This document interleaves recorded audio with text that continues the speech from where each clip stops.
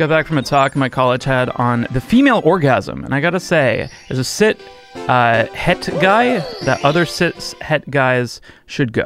Very informative. What's a het guy? That's a term I actually do not know. Oh, hetero. I am also a cis het guy. You guys should have just said you. And then I would have really squirmed. I've been like, what? Huh? What are you guys calling me? Fuck. It's me.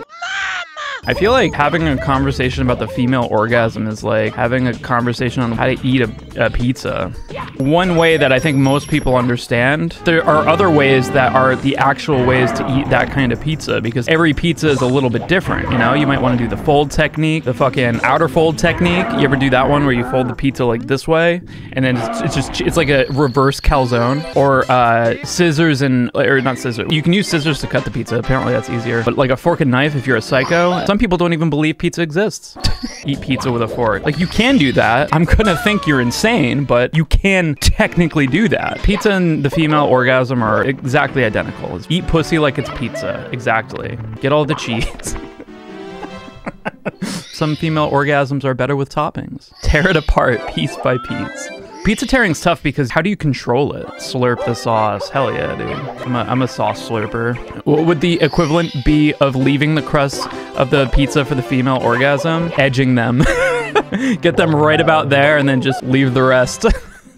Leave the rest for somebody else to deal with. I like talking about sex and letting people come in and talk about things that they might not understand. I think it needs to be regulated and not tabooed so much, because I feel like when you taboo it so fucking hard, you get to the point where you're doing shit that's dangerous. That's my theory, you know? But then again, I don't know, because like I think a big part of it is what makes it exciting is how taboo these things are. Even if it wasn't taboo, that would still be crazy, and maybe that's the point. What is sex? It's when mommy plumber and a daddy plumber get together and make cake. Can I have pregnant sex? Will it hurt baby? Top of his head. Plug a na na na na na. Am I pregnant? The stream is I'm not teaching sex ed. When have I told you guys anything about sex ed other than that the female orgasm is like pizza? It's not sex ed. If your sex ed class is like that, then I'm sorry to tell you something. You are not in school. You go to sex ed and somebody says, it's when Mario and Peach make a cake together. You're not in the right place. I always think of that scene from Mean Girls where they're like, do not have sex because you will get pregnant and you will die. Now everybody take a condom. Like, I used to think that I would never be funny. I don't know what happened. Well, I never did get funny, but I think I hit a point where I kind of just gave up on trying, and then suddenly I was funny. Like, I felt like people found me more funny than they did before. So I kind of just kept on not, if that makes sense. I don't feel like I try as hard anymore. I just kind of be myself. Yeah, humor is very subjective. It's tough. And that's another thing. It's literally the same thing about like attractiveness. Something that really fucked me up when I was just like, man, I'm so like unattractive and no one's ever gonna wanna fucking date me and shit like that. What really changed my mind was just a single phrase, which is nobody is attractive to everybody. Nobody is unattractive to everybody. It's just a fact.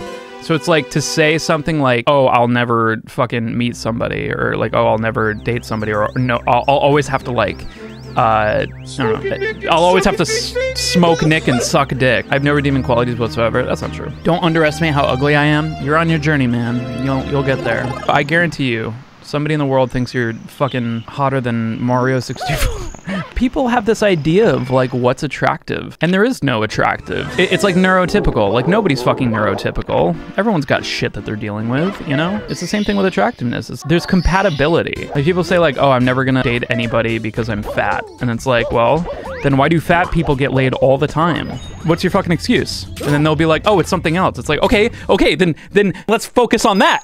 Like, don't keep bringing it back. It's just excuses. And like, I think it's easier for people to manage their expectations if they can create like this thing that they're like, oh, like I'm this, so I'll never get laid. And that way I'll never be disappointed. Because like that sucks. You don't want to be fucking disappointed. You don't want to get like your hopes up and then crushed. So if you set your expectations that they're going to be crushed, then it won't hurt as bad. And that's just self-defensive behavior, you know? Which is understandable, but that's not going to do you any favors if you actually want to get someone to flick that bean, you know? Honestly, like your best chances are when you're open to it, but you're not exerting all of your effort trying to find somebody, you know? I know so many people who've done like the club scene, you know, and they'll like go to clubs and talk to girls. And one of my really good friends recently told me that they did that and they were able to like almost like get desensitized to rejection. I thought that was really, really interesting. It's tough if you go to the bar just specifically to meet people. You can go to the bar and do a lot of different things and go and enjoy a nice drink. Maybe try a beer you've never tried. There are different bars with different gimmicks. Like, you know, they usually have like trivia nights and stuff. Like maybe go and do a trivia night. Do some karaoke. A bar with cum. No. That's a sperm bank. Don't go there to find... Live your lives. Come bar! Barcades are perfect. There was a bar in Georgia I went to that was all like video game themed. In addition to your drinks, they have a menu of games. And I went there with, it was Adriana, Artificial Fear, and his wife. We just took out code names and we were drinking and having food and playing code names at the bar. Like, there's some bars that are fucking sick, you know? From the creators of Cum Room, this summer, the Cum Bar.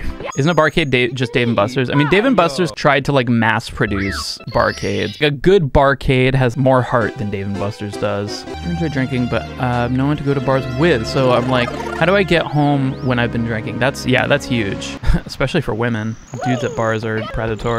Uber there, Uber back, you can. It's just, but that's expensive. That adds like so much to the budget, you know, that you have. $40 for three. Yeah, I know. And then if you fucking tack on an like an Uber onto that, that's like a $75 night. $75 to $100, depending on how far away you are. And then, you know, maybe you want to get food, you know, because you're out. Yeah. It's hard. It's not easy. Like, there's no solution. And if you look for an easy solution, you're not going to find it and you're going to continue to be miserable.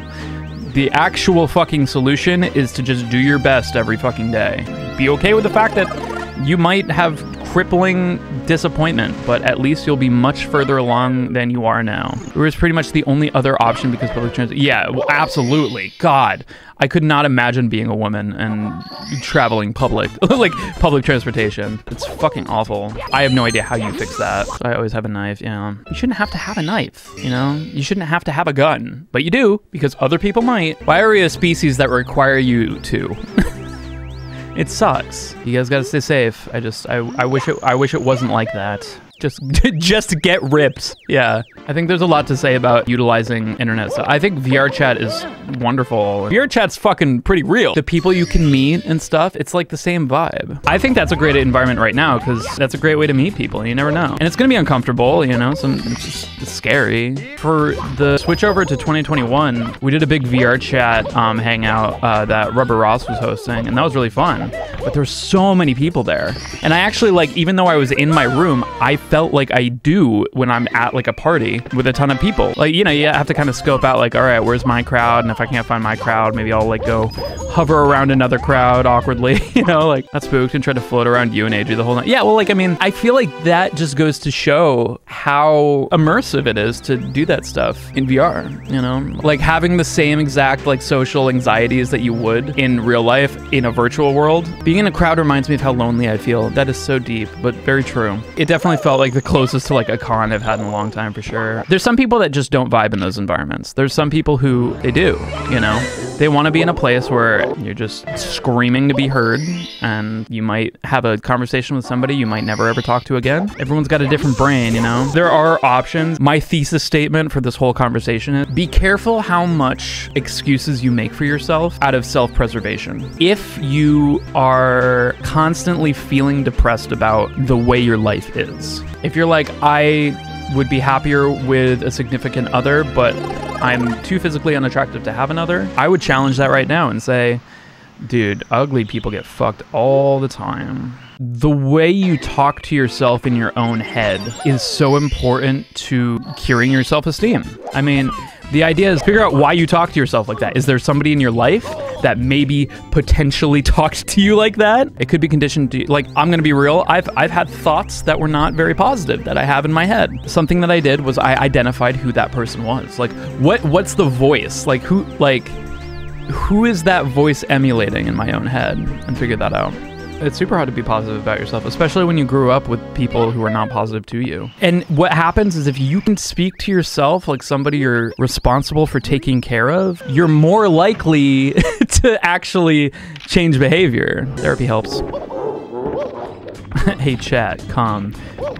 You can't make chat come on command, Scott. Sorry. Or maybe you can. I can and will. See, that's the kind of positivity you all need. for other shit. Come now. The confidence to just make people come on command. command.